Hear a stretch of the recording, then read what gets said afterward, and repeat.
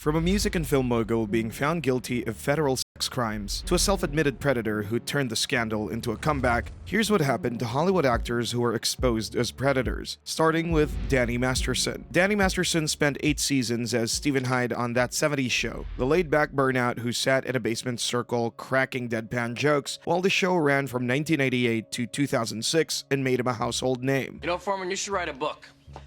Things my father threatened to put in my ass.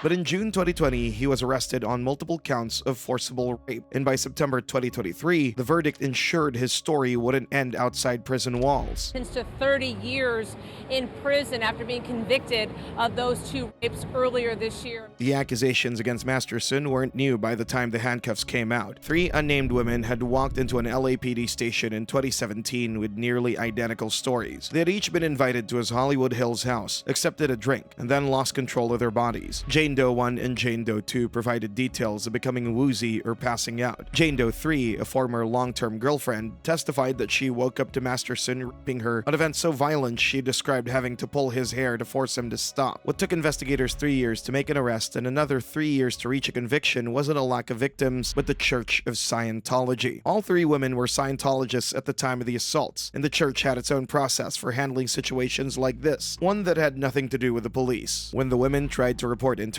they were told that they hadn't been raped. They were put through ethics programs to address their own perceived spiritual failings. They were warned that going to the LAPD would get them excommunicated, which in Scientology means every Scientologist in your life, including your family, is required to sever all ties with you permanently. After some accusers went to the LAPD in 2017, they later alleged that they faced a coordinated campaign of harassment, including surveillance, stalking, and intimidation. Former church official Claire Headley testified about these internal policies during the retrial, which gave the jury a framework to understand why it took 20 years for any of this to become a criminal matter. The first trial in 2022 fell apart as the jury hopelessly deadlocked. The defense had hammered on the 2 decades of silence, the absence of any physical evidence, and what they framed as potential coaching from Leah Remini, a former Scientologist turned outspoken critic of the church, whose docuseries had featured Masterson's accusers and brought significant public attention to the case. However, the 2023 retrial went differently. Judge Charlene Olmedo allowed prosecutors to argue directly that Masterson had drugged the victims rather than only implying it. A forensic psychiatrist named Dr. Ziv testified about how date rape drugs affect memory formation, and critically, why a victim might maintain contact with their attacker afterward, which the defense in the first trial had used to suggest consent. The second jury deliberated for 7 days and came back with guilty verdicts on 2 of the 3 counts of forcible rape. At sentencing, Judge Olmedo rejected the defense's request for concurrent sentences, which would have cut his minimum time to 15 years and handed down the maximum 30 years to life. One victim told Masterson directly, "When you raped me, you stole from me. That's what rape is. A theft of the spirit." The judge told Masterson plainly, "You are not the victim here." The professional fallout had already been underway for years by then. Netflix removed him from the ranch in 2017 when the allegations first went public. When That 90s Show launched as a sequel series, every surviving main cast member from the original was invited back except Masterson. His character, Stephen Hyde, simply doesn't exist in the new show. His wife, Bijou Phillips, filed for divorce shortly after sentencing and sought full custody of their daughter. After processing through North Kern State Prison, Masterson was transferred to Corocan State Prison in January 2024, a maximum security facility. 3 weeks after he was moved again, this time to the California Men's Colony in San Luis Obispo, after the CDCR cited concerns about his safety at Corocan. As of 2026, that's where he remains, eligible for parole no earlier than 2053, when he would be 86 years old. And similar to how Danny Masterson is serving 30 years to life after his 2023 rape conviction, this next case is now behind bars following his federal conviction on Mann Act charges, a law that makes it a crime to transport someone across state lines for illegal sexual activity. Sean Combs spent 3 decades building one of the most recognizable names in American entertainment. He launched Bad Boy Records in 1993, signed Biggie Smalls, and produced a string of albums that defined the sound of 1990s hip-hop.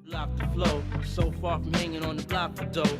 Notorious, they got to know that. He expanded into fashion with Sean John, spirits with Ciroc, and media with Revolt TV. For most of those years, the name Diddy was synonymous with ambition and excess in a way that the industry celebrated rather than questioned. But by October 2025, he was sitting in a federal prison laundry room washing other inmates' clothes. The allegations against Combs didn't start in 2023. As early as 1990, Liza Gardner accused him and artist Aaron Hall of rape during his time at Uptown Records. In 1991, 2001, Joy Dickerson Neal alleged that Combs drugged and sexually assaulted her, and then shared a video of the incident. These claims existed at the edges of the industry for decades, surfacing occasionally and then disappearing, absorbed by the silence that tends to protect powerful men in the music business. His transition from record executive to global mogul happened largely undisturbed by any of it. What finally broke that silence was a lawsuit filed on November 16, 2023 by R&B singer Cassie Ventura, who had been in a relationship with Combs for over a decade. Her complaint described what she called a cycle of abuse, violence, and sex trafficking, built around events she referred as freak-offs, marathon sexual sessions with male sex workers that Combs would direct and film, flying participants across state lines to participate. She described regular physical beatings and detailed an incident where Combs destroyed Kid Cudi's car as an act of dominance. Combs settled the lawsuit within 24 hours, which in the public's mind functioned less as a resolution and more of a confirmation. Within a week, 2 more women had filed suits. By February 2024, producer Rodney Lil Rod Jones had filed his own complaint alleging he was forced to be in a homosexual relationship with Combs throughout the production of his last album, describing the freak-off culture as standard operating procedure within Combs Enterprises. The Rodney Jones case proved to be the final nail in the coffin, as on March 25, 2024, Homeland Security investigations executed simultaneous raids on Combs properties in Los Angeles and Miami. Security swarming the house in what they say is an ongoing investigation into human trafficking. 2 months later, CNN aired hotel surveillance footage from 2016, showing Combs attacking Cassie Ventura in a hallway, kicking her, dragging her, and throwing a vase at her as she tried to get away. Cameras shows Combs assaulting his then-girlfriend, Cassie Ventura, in a hallway at a Los Angeles hotel in March 2016. A lawsuit filed by Ventura in November last year and settled the next day referenced actions that seem to match. The footage matched what she described in her lawsuit. Combs posted a video apology online, but at that point, the public framing had shifted permanently. But I make no excuses. My behavior on that video is inexcusable. I take full responsibility for my actions in that video. I was disgusted then when I did it. I'm disgusted now. I'm so sorry. But I'm committed to be a better man each and every day. I'm not asking for forgiveness. In September 2024, he was arrested and indicted on federal charges of racketeering conspiracy, sex trafficking by force, and transportation for the purpose of prostitution under the Mann Act. His trial began on May 5, 2025 in the Southern District of New York. Over 7 weeks, the prosecution built its case around the freak-off operation, presenting testimony from victims and former staff who described an environment held together by fear, money, and Combs' willingness to use both. A woman identified as Jane Doe testified that she was coerced into these acts through threats. Singer Don Richard described Combs as someone who used power, violence, and fear to maintain control over the people around him. The defense admitted the freak-offs existed, but argued that they were consensual acts between adults, framing Combs as a private amateur pornographer. On July 2, 2025, the jury acquitted him of racketeering and sex trafficking charges, which required proving force, fraud, or coercion beyond a reasonable doubt. He was convicted on 2 Mann Act counts of transporting individuals across state lines for sexual purposes and was sentenced to 50 months in federal prison, 5 years of supervised release, and a $500,000 fine. He began his sentence at FCI Fort Dix in New Jersey on October 30, 2025. His first job assignment was in the prison laundry room. Within weeks, internal documents reportedly showed that he had been disciplined for unauthorized phone use. As of February 2026, Combs remains at Fort Dix. His legal team has an appellate hearing scheduled for April 9, 2026, challenging both the sentencing and the statutory application of the Mann Act conviction.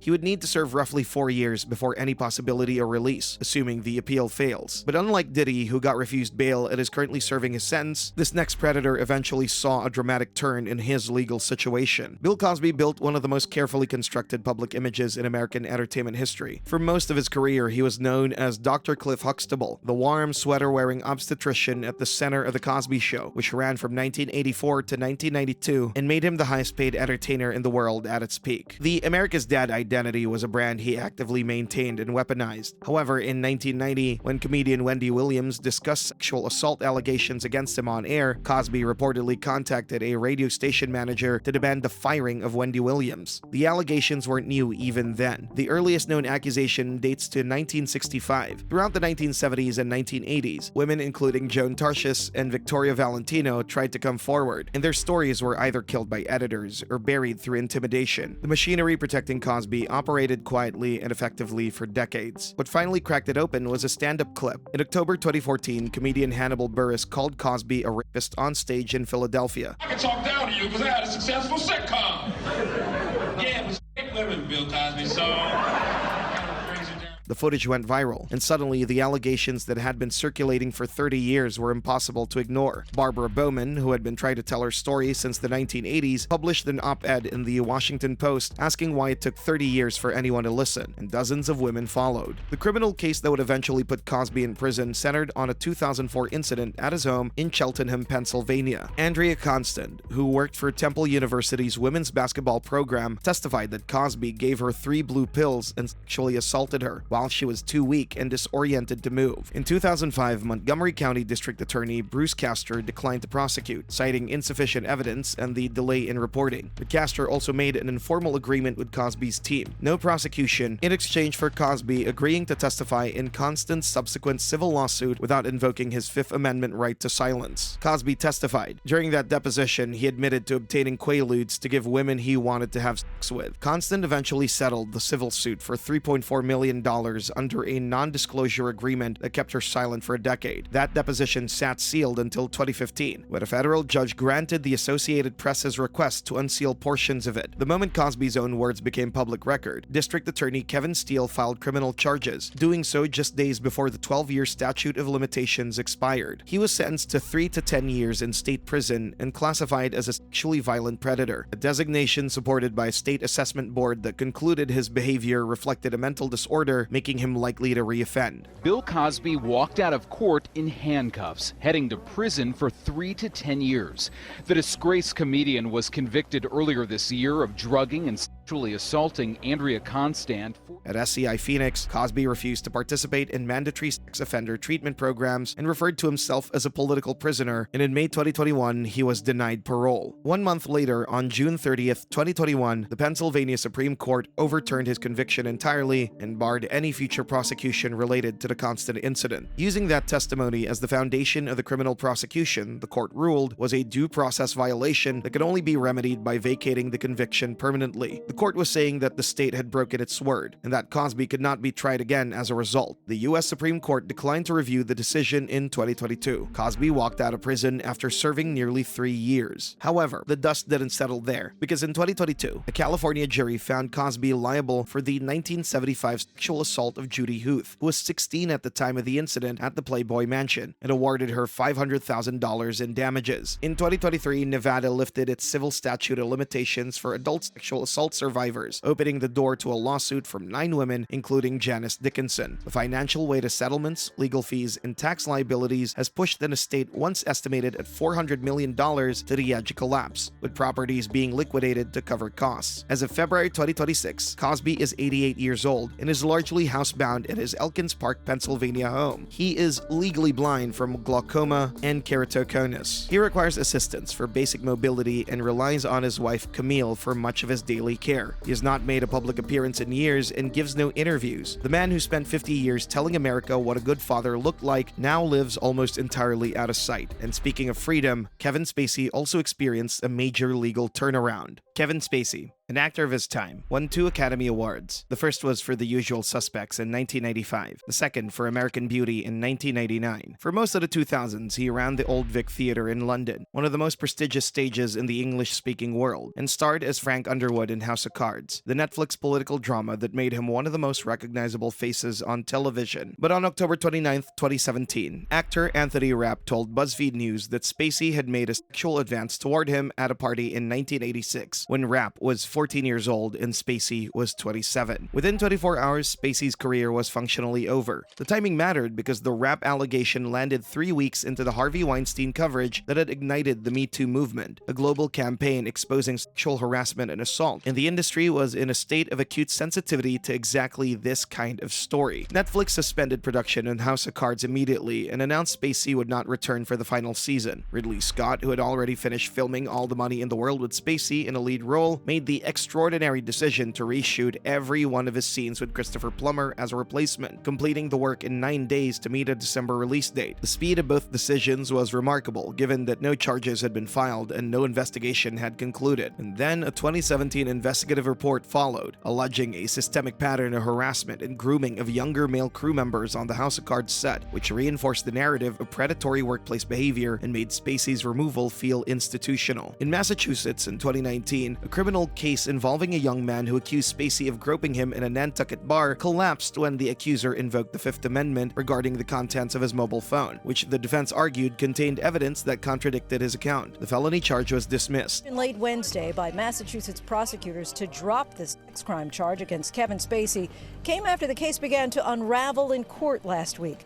In October 2022, a New York civil jury found Spacey not liable in Anthony Rapp's $40 million lawsuit. For about 90 minutes and finding Spacey is not liable in the civil sex abuse case against him. But the most substantial legal test came in the United Kingdom in 2023, where Spacey faced 9 criminal charges involving 4 men, covering alleged incidents between 2004 and 2013 during his tenure at the Old Vic. The trial ran 4 weeks at Southwark Crown Court. The prosecution described Spacey as a sexual bully who exploited his position of power over men seeking to build careers in theater. Spacey's defense acknowledged what they called clumsy passes, but denied any non-consensual conduct. Testimony from Sir Elton John and David Furnish cast doubt on the timeline presented by one of the accusers. The jury acquitted Spacey on all 9 charges. There's also the matter of ongoing civil exposure. In October 2026, Spacey is scheduled to return to London's High Court to face civil claims from 3 men, including actor Warwick Cannon, relating to alleged conduct at the Old Vic. His response to all of this has been to look elsewhere. On February 21st, 2026, Spacey premiered his new independent film, The Portal of Force, in Dubai, the latest step in what appears to be a deliberate strategy of building a new career in international markets outside the reach of Hollywood's institutional risk calculations. The film was produced outside the American studio system entirely. Today, he remains one of the most legally vindicated and professionally radioactive figures in the entertainment industry. Spacey may have rebuilt his career overseas, but this next predator saw his Hollywood standing collapse after multiple allegations led to his removal from major projects and business deals. Chris Noth spent 12 years playing Mr. Big on Sex and the City, the wealthy, emotionally unavailable love interest whose on-again, off-again relationship with Carrie Bradshaw became one of the most discussed storylines in American television. Ask would haunt me the rest of my life. I thought by the time I got here I'd know what to say. The show ran from 1988 to 2004, spawned 2 feature films, and made Noth one of the most recognizable faces on prestige cable. However, on December 16, 2021, The Hollywood Reporter published an investigative piece with allegations from 2 women who didn't know each other but described the same pattern of behavior. Within 72 hours, he had been fired from his current television job and scrubbed from the franchise that made him famous. The timing of the article was notable. It landed directly after the premiere of And Just Like That, the long-awaited Sex and the City revival on HBO Max, which had put Noth back at the center of the cultural conversation for the first time in years. 2 accusers, identified in the piece as Zoe and Lily, described incidents more than a decade apart. Zoe alleged that Noth assaulted her in 2004 at his West Hollywood apartment when she was 22 and he was 49. Her story mattered more because she went to the hospital and got stitches for internal injuries. She didn't tell the police back then because she was scared it could hurt her career. The hospital records were there to prove it. Lily, a journalist, described a 2015 incident in New York where Noth allegedly forced a sexual encounter in his apartment after meeting her at a nightclub where she worked as a server. Her account was supported by a friend who recalled receiving a distressed phone call from her immediately afterward. Noth denied both allegations, calling them categorically false. Mr. Big had already been written out of And Just Like That in the first episode, dying of a heart attack, a creative decision made before any allegations surfaced. But Noth had filmed a fantasy sequence for the season finale intended to give his character a final moment of closure. In January 2022, showrunner Michael Patrick King and the producers cut that footage entirely.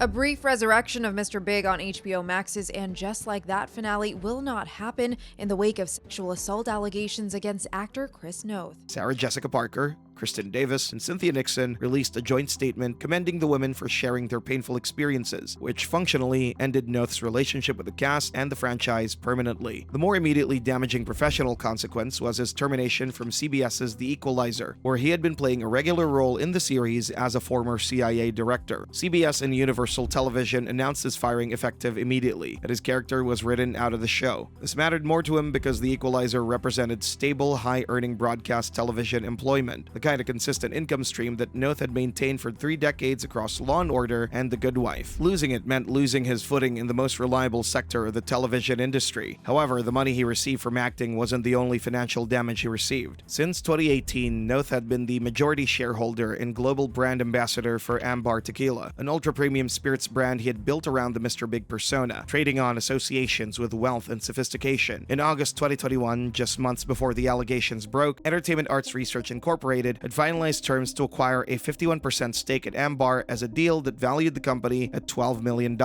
For Noth, this was supposed to be a big money move, taking him from just earning as an actor to owning a business with serious cash behind it. But following the December allegations, Erie CEO Bernard Rubin terminated the transaction, stating that proceeding would have been disastrous for the company and citing social responsibility as the basis for walking away. And by early 2026, the Ambar venture reached its final collapse. After years of failing to secure a new distributor or buyer, the brand's partnership infrastructure dissolved entirely. Its digital presence was deactivated and Noth's name was removed from all associated retail descriptions. The $12 million valuation was gone. As of 2026, Noth's income comes primarily from real estate holdings rather than any active performance work. He has not pursued the kind of public rehabilitation campaign that other actors in similar situations have attempted. His current professional activity consists of small-scale independent theater, while outside the broadcast and streaming ecosystem where he spent his career. He has not been cast in a major American studio or network project since his firing from The Equalizer, and there is no indication that that is about to change. But the same cannot be said for this next case, as Louis C.K. appeared to turn the controversy into momentum, emerging with sold-out tours and a sustained fan base. Louis C.K. spent the better part of 2 decades building a reputation as one of the most critically respected stand-up comedians working in America.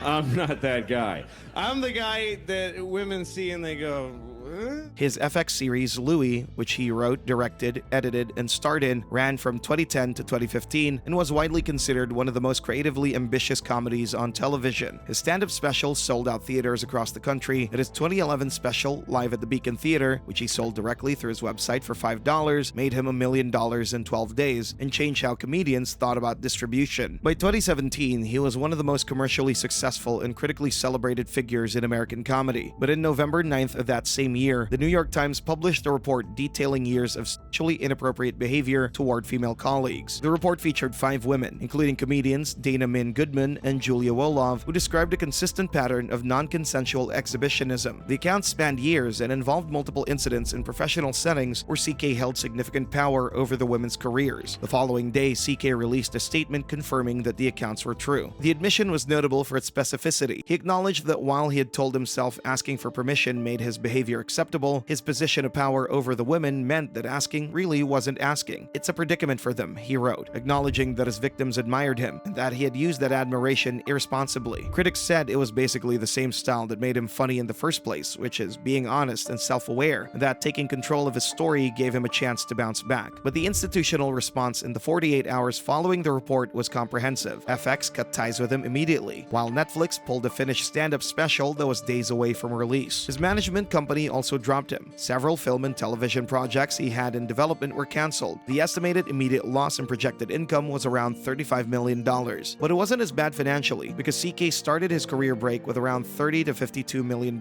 So losing work hurt his career, but didn't ruin him money-wise. He returned to performing in late 2018, roughly a year after the story broke, doing unannounced sets in small New York comedy clubs. The return generated significant controversy, with many arguing that the timeline was far too short and that his victims, some of whom saw their own careers derailed in the aftermath of speaking out, have received no comparable recovery period. Now to the fierce backlash against Louis C.K. After 9 months out of the spotlight, the disgraced comedian returned to stand up for the first time since admitting to sexual misconduct allegations by several women. He did not address the criticism publicly in any sustained way and continued performing. The clear signal that a portion of the industry was prepared to move on came on April 3rd, 2022, when CK won the Grammy Award for Best Comedy Album for Sincerely Louis C.K., his first release since The Scandal, beating out Kevin Hart and Chelsea Handler, among others. The win caused a lot of criticism, with many saying it showed the entertainment industry forgot about accountability faster than people expected after Me Too. CK turned The Scandal and his time away from work into jokes in later shows, which some people found freeing and others found really offensive. Aimed for himself, telling jokes about male hypocrisy,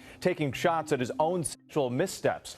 The willingness to make himself the target of the joke, which had always been central to his comedic identity, functioned in this context as a form of narrative control. As of early 2026, he's in the middle of a world tour called Ridiculous, performing at sold-out venues across Europe and India through February and March. The tour proves that even if not everyone follows him, he still has a big enough audience across different places to keep touring successfully. He has not returned to American network or streaming television in any significant capacity and has not attempted to. The direct-to-consumer model that started as an experiment experiment in 2011 is now simply how he operates. He releases specials and tour dates through his own website, sells directly to fans, and keeps the revenue without a distributor or studio taking a cut. By the metrics available, it is working.